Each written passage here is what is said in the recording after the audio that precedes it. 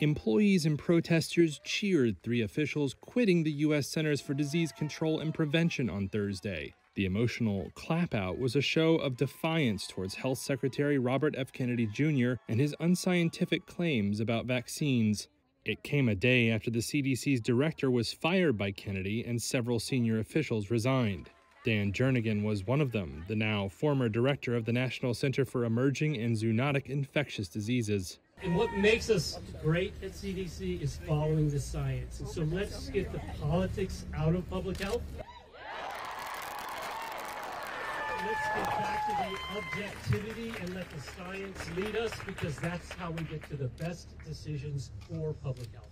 So thank you all very much. This is an incredible showing. I really appreciate you, and we will be having your back from now on. Yes. The other thing, though, was... In an interview on Thursday, the officials told Reuters they were leaving the agency over changes to its vaccine advisory board and other vaccine policies. Kennedy fired all members of its vaccine advisory panel in June and replaced them with hand-picked advisors, including several like-minded anti-vaccine activists. The Department of Health and Human Services did not respond to a request for comment on the officials' accounts of changes inside the CDC.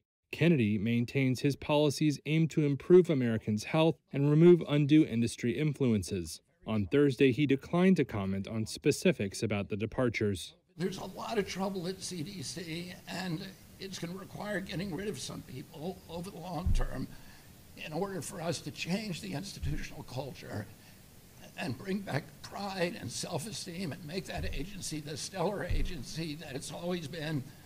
The officials leaving followed the firing of CDC Director Susan Menares. A close associate told Reuters her termination came after she too had resisted changes to vaccine policy advanced by Kennedy that she believed contradicted scientific evidence. White House spokesperson Caroline Leavitt commented on Menares' firing earlier on Thursday. She was not aligned with the president's mission to make America healthy again. And the secretary asked her to resign. She said she would, and then she said she wouldn't, so the president fired her. A Trump administration official said the White House had named Jim O'Neill, current Deputy Secretary of the Department of Health and Human Services, as interim leader of the CDC.